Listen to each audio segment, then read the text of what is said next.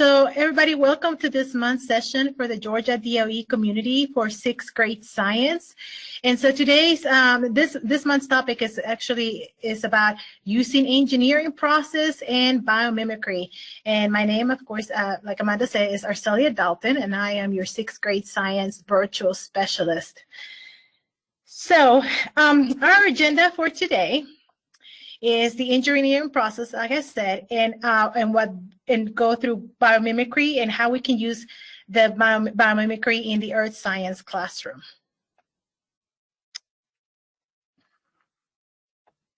So the first thing that I want to start off is the engineering design process. So the engineering design process is a series of steps that engineers follow to come up with a solution to a problem. Many times the solution involves designing a product that meets certain criteria or accomplishes a certain task. And so here we see some steps of the engineering design process, but many times a lot of people do not go through the steps in order. So just so you know that it can be, not as specifically, they don't have to be in this order, but sometimes we do use them and follow them the way it is. So the first step, and that I usually like to introduce my students to, and I kind of go through it and explain it to them, is, to define the problem. So when we're talking about defining the problem, it's like, what is, I ask the students, ask yourself, what is the problem? Who has the problem? And why is the problem important to solve? Then the next thing after that, then we said, okay, let's identify some constraints or on your solution. So is it time? Is it money? Is it the materials? And any constraints that is in order for not to be, what is the criteria for the success that are going to be the constraints for that? The next thing I will talk to the students about is the brainstorming process. And the brainstorming is when I have the students come up with multiple solutions for the problem. And I always tell them, and I say, try out any solution, even if it's a wild or crazy one that may or may not work. This may include examining existing solutions and coming up with new ideas. So that way they can just, start generating some thoughts about how we can solve a problem that we're trying to come up with here. Then the next thing, once they have multiple solutions, that they need to select the one that will be the most promising solution. Then the students can, at that time, once they started with they had selected a most promising solution, they can come up with a prototype. And this is an early sample or model to test a concept or process. Then the students can, once they have their prototype, they can test and evaluate their prototype. And then they can iterate, to improve on the prototype. So once testing, they can start making necessary changes as possible to improve the change, the design. And it is okay to, and I tell the kids, just because you made one change, but do you need to make another change? Yeah, it is okay to do multiple iterations before they can have a final design. And once they have improved upon it, then they can communicate their solution. So that's the engineering design process part. So what about biomimicry, right?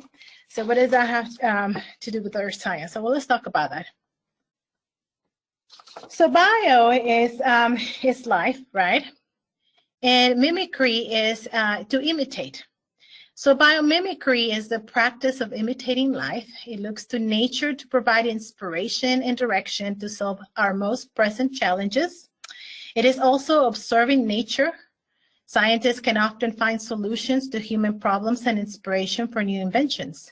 Nature has come up with amazing sustainable solutions that has worked over long periods of time. So why not learn from nature, right, to better our technology and our lives? So that's what biomimicry is. So what is not biomimicry? Biomimicry is not using those materials found in nature to solve human designs and challenges, right? It's not taking materials from nature to create new invention. Another thing that biomimicry is not is biomorphism, which is an invention that looks like what the students are trying to mimic. Sometimes students try so hard to make it look like the organism that they're trying to copy.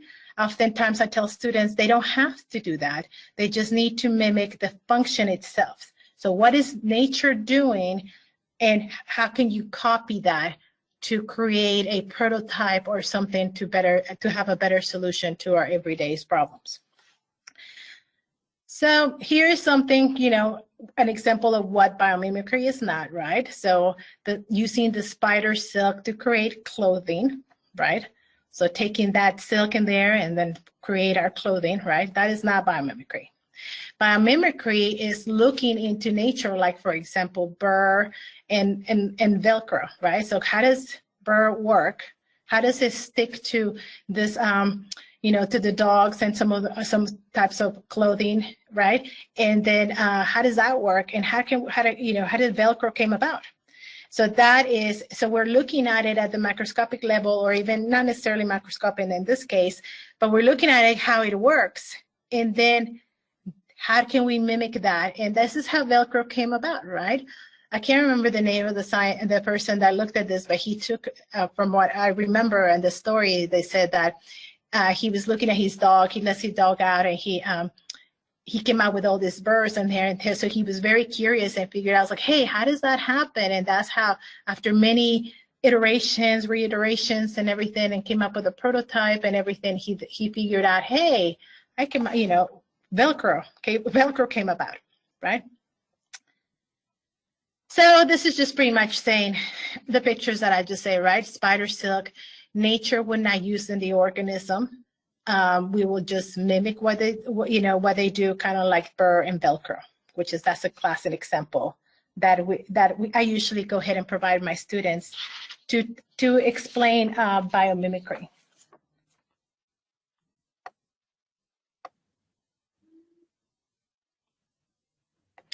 So here's how biomimicry has inspired technology, okay?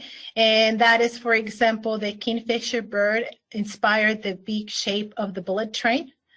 So in Japan, they had a lot of problems with sound, right? Every time the bullet train will come out of the tunnel, there will be all this sound, and people were complaining about it all the time.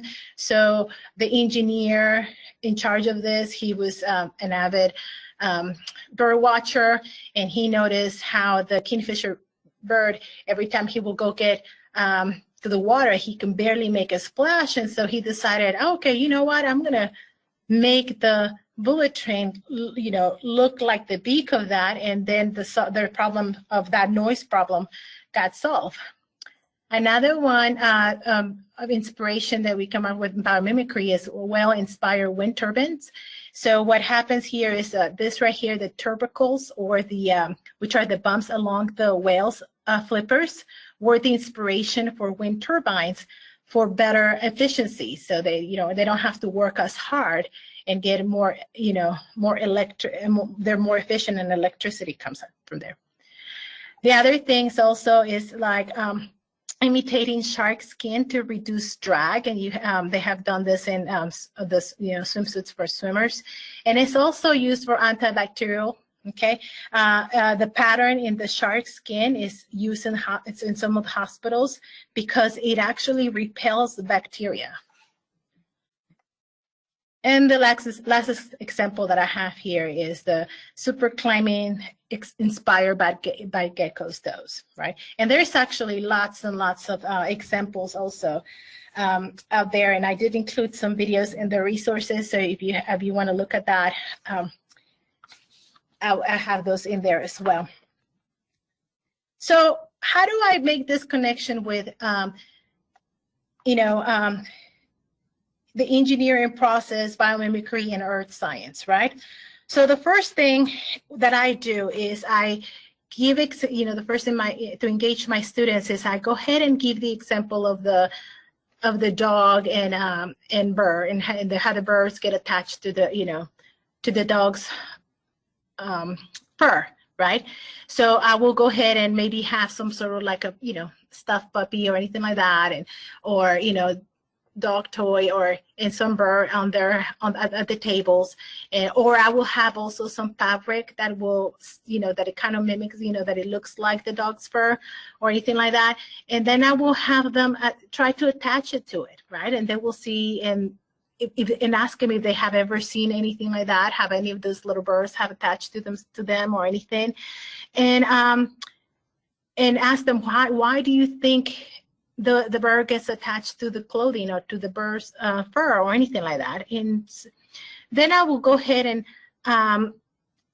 provide the students with some Velcro and have them, it's like, okay, so this is, the bird was an inspiration for Velcro. So why don't you, I will provide that to the students and be like, okay, so how do you, look at both of them and see why do you think, how are they the same, how are they different, and then have the students kind of look at that and ask them if there's any material that they have used that acts like burr, compare the materials, and then you might, so that way they can see, oh, it's the little hooks that go in there, right? And that's what it was mimicked. That's what mimicked the that was the inspiration to mimic this and for biomimicry. So there is some videos that I do have in the resources in there that has a lot of explanations and a lot of other, how biomimicry has been inspired technology for a long time. But then the way I connect this biomimicry and engineering process to our earth science content is I give them this scenario. I say, you're an engineer that has a task to work on ways to get, store, or distribute water resources. So by this point, our students have learned about water distribution and how we have a very limited amount of fresh water. So even though we do have a 3% of fresh water, less than 1% is, actually available for us. And so one of the things that I tell them, I said, okay, so you're this engineer and your job is to look to nature to design a biologically inspired way of collecting or absorbing or filtering or storing water to have accessible to everyone. So that's the student's job. And so and that way I could say, okay, now they know, in earth science, we have learned, water is not evenly distributed. We have a very small amount of fresh water. What can we do? How can life can inspire to create something to better our lives, right? And to make it easier. So at this point, I had already introduced the engineering process, and I provide the students with examples. So the first thing is, in the engineering process is, of course, define the problem. So we said, okay, what is the problem? So once they looked at the scenario, they said, well, the problem is that we have a limited amount of fresh water, right? Less than 1% is available on the surface in rivers and lakes, and what are some solutions to store or filter water that is inspired by nature? So that is their problem, right? The next thing will be to identify our constraints or solutions. So this is something that the students are doing in the classroom, right? In your classrooms, and as science teachers, I will consider myself a little bit of a hoarder, but as science teachers, we have, some stuff, but not everything, okay?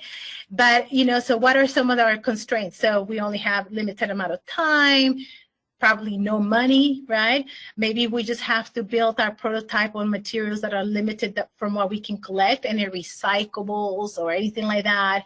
So, go dumpster diving, I don't know. So I always tell the kids, like, oh, we're going to look in the trash and see what's out there so we can create our prototype. So those are some of our, constraints that we have. It can, that the kids will have, and that they have to identify when they're creating this. So, and then the next thing is brainstorm. Okay, so we're going to brainstorm multiple solutions for the problem. So this is a time that they're not in groups yet.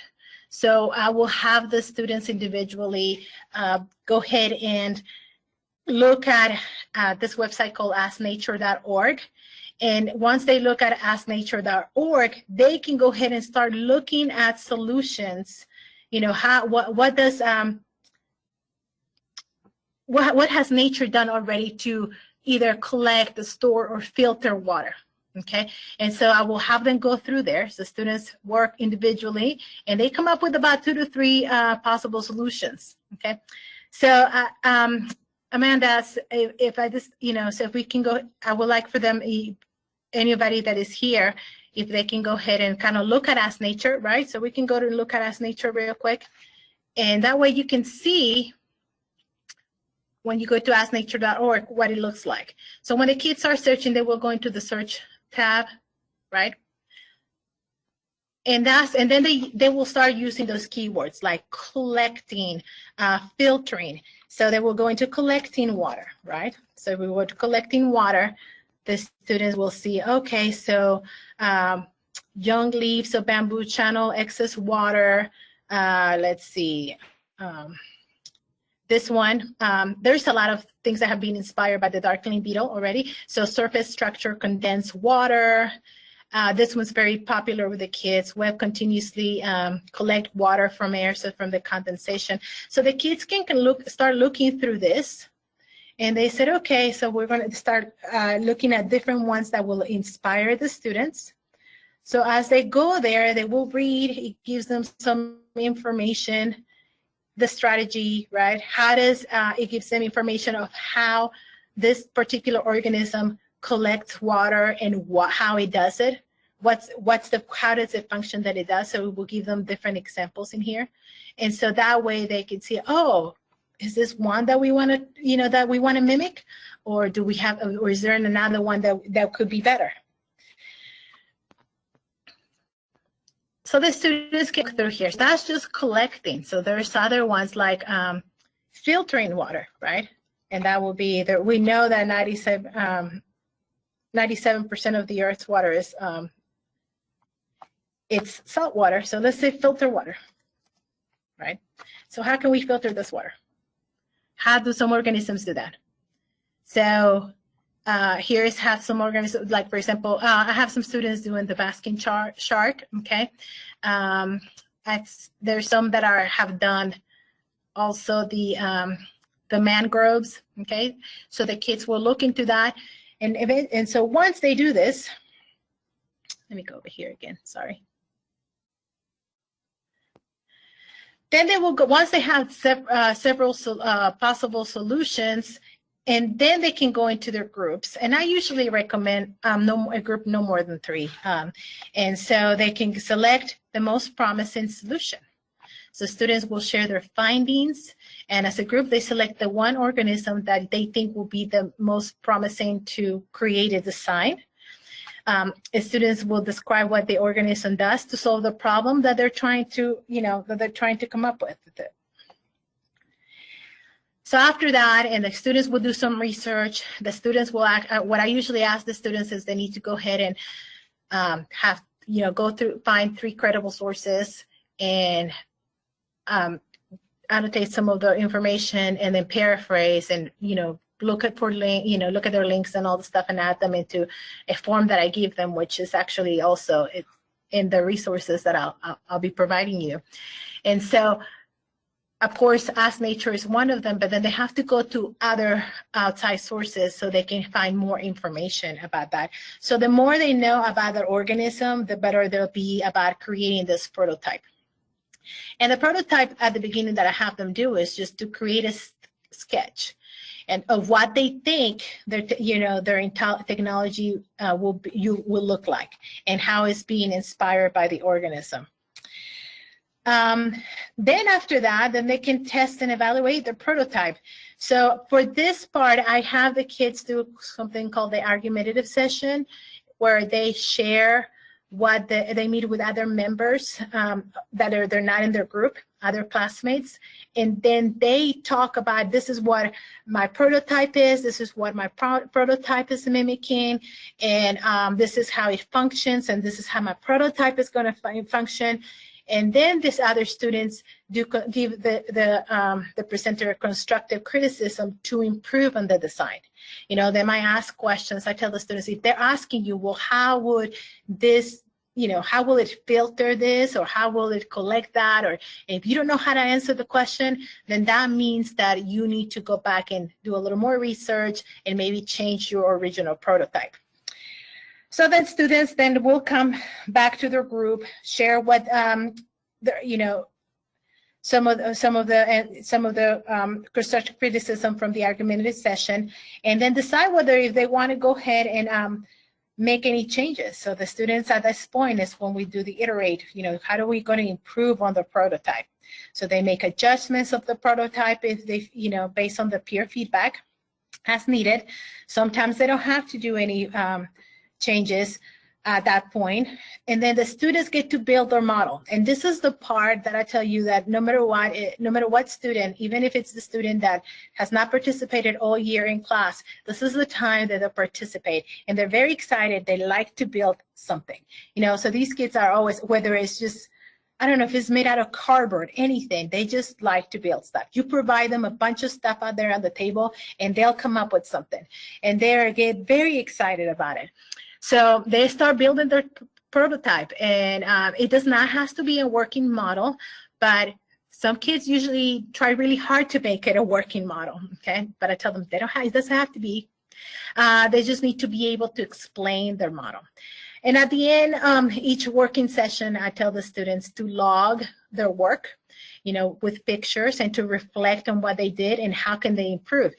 And usually as they're working on their prototype and building that prototype, then they'll say, oh, this didn't work. We need to change this. Oh, yeah, how are we going to, this is not working. How are we going to solve this problem? So there's a lot of iteration happening during this time. And, it could be 2 to 3 days. And they're like, oh, and then eventually at the end, their final prototype model does not look anything like the blueprint that they had at the beginning, but they're learning from that. They're looking and saying, okay, this is not working, and they can see. And I like for them to take pictures or and to reflect on that, because they can see how their work has progressed throughout the whole thing, and their thinking and everything.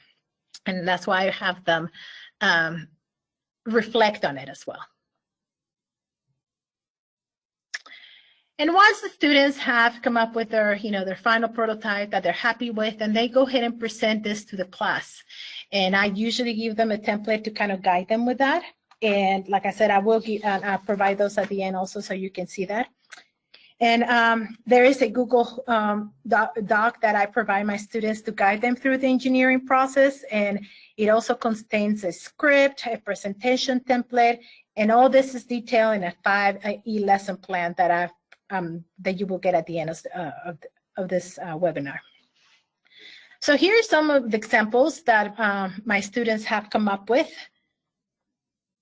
So here's one, the thorny devil lizard. The grooves gather water.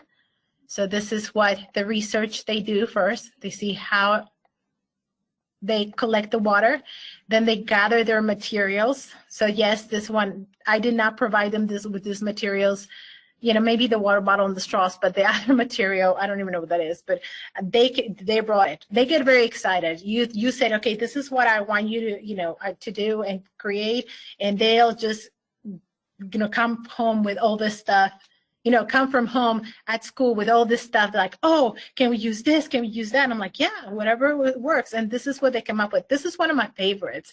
They really did a really good job with this one.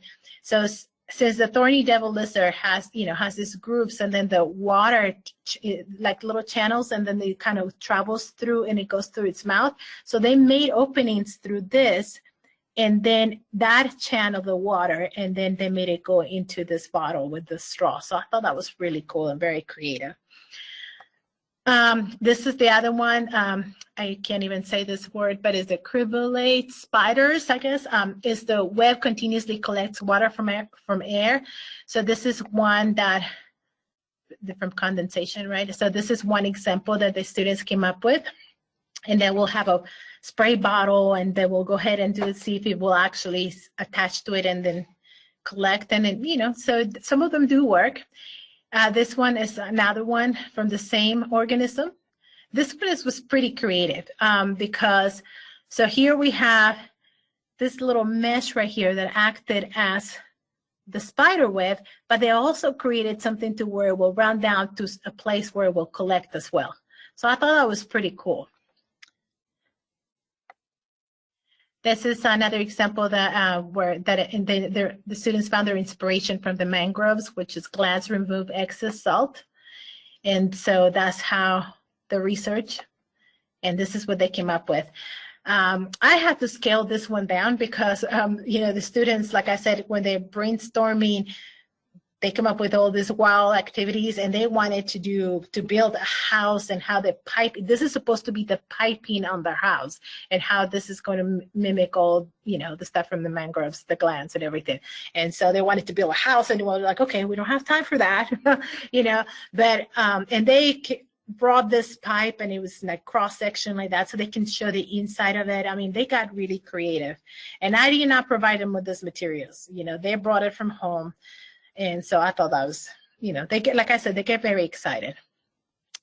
This is the sandgroves, which is ultra absorbent feather structure, carries water, and so like I said, they sometimes, and a lot of times, they try to use biomorphism, which is they make it look like, you know, the organism that they're trying to mimic. And so they were trying to do that here. And I said, well, it's okay. As long as they, you know, and then if they want to make it look like it, it's fine. Just know that that they have to make sure that the function is what they're mimicking, even though if it looks like that. So this is one, it carries water, and they tried it, and it does absorb and carries the water. So that was pretty cool.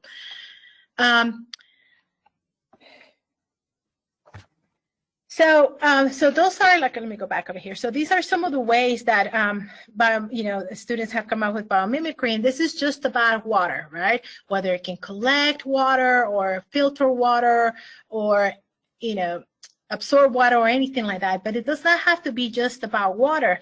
Other ways in which biomimicry could be an inspiration for biologically inspired design can be in construction, right? So learning from marine ecosystems to develop concrete alternatives, transportation, right? Learning from mantis shrimp to make more durable materials, architecture, learning from termites, how to create sustainable buildings, some examples, or energy alternatives, right? Learning from like the oriental hornets to generate and store energy as a superconductor.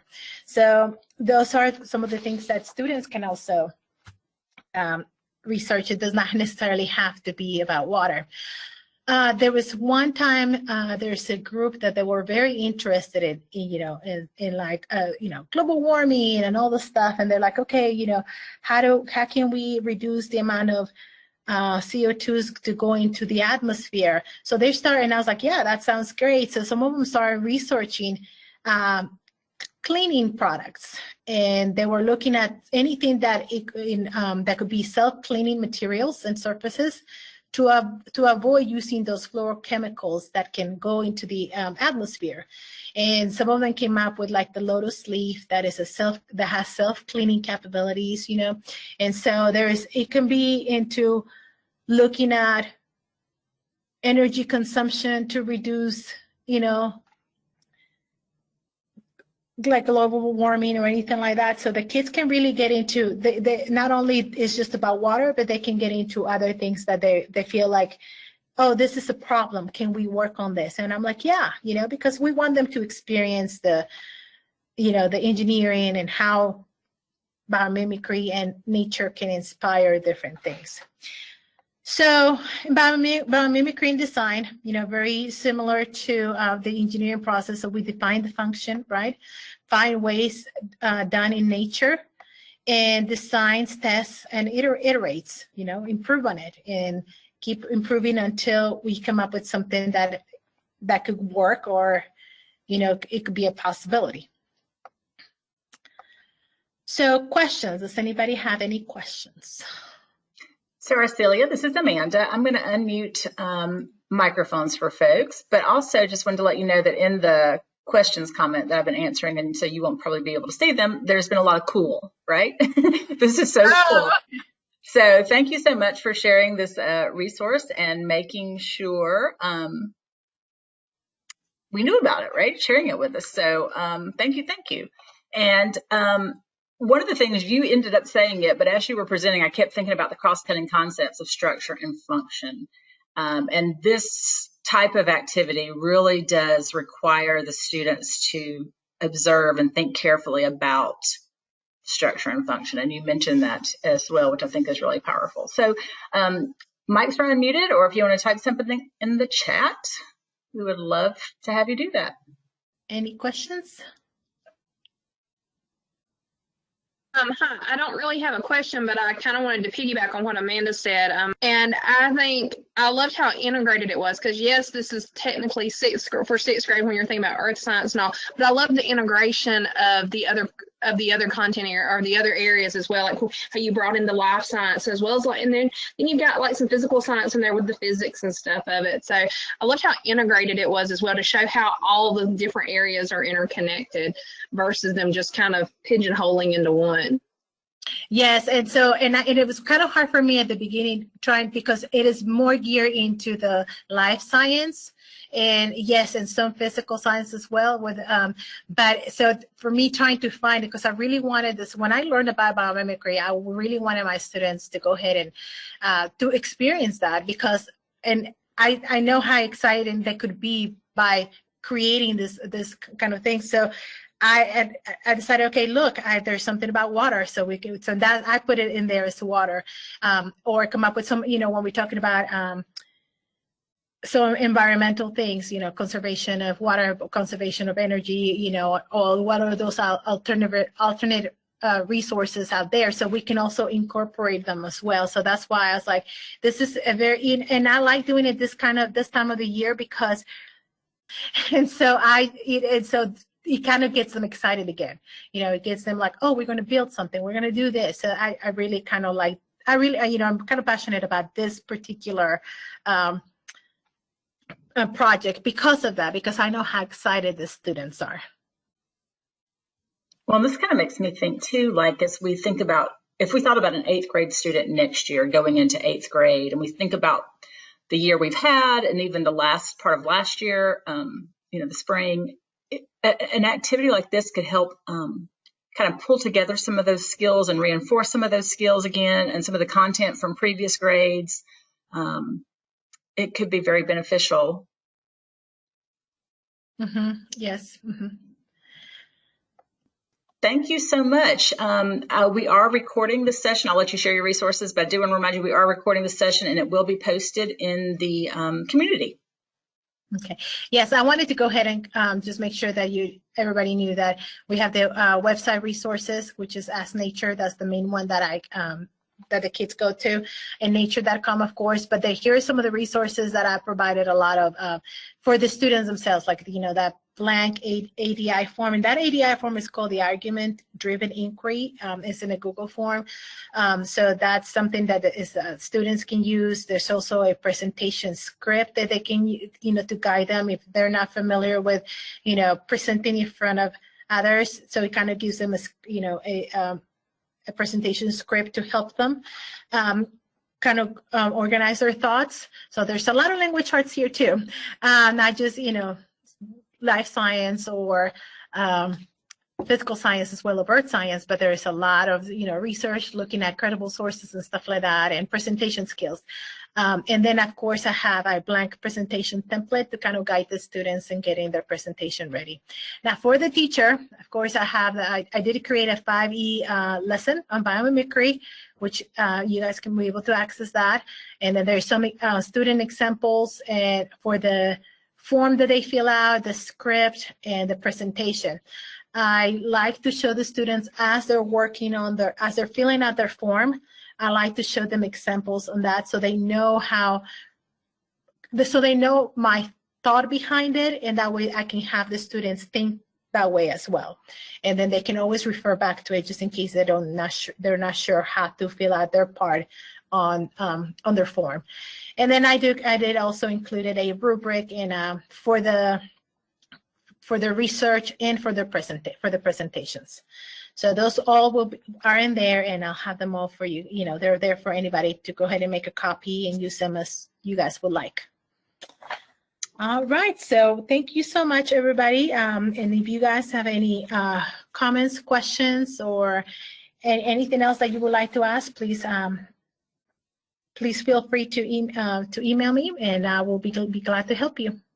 Yeah, and so we'll post this presentation into the community as well. So it'll be there for them to access, and they can get all those hot links and download the PowerPoint if they would like to do that, and continue the conversation there as well.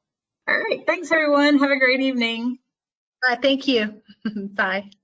Bye.